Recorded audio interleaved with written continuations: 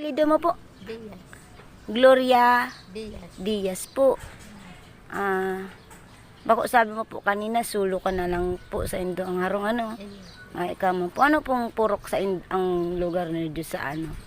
Ano pong purok? Itong sun po. Ano po yun? Ano po ito si purok ang barangay nindo po? Ha? Sunasay. Sunasay kang Santa Lucia po. Karang. Pero may ka po din naglalakaw-lakaw. Iyo.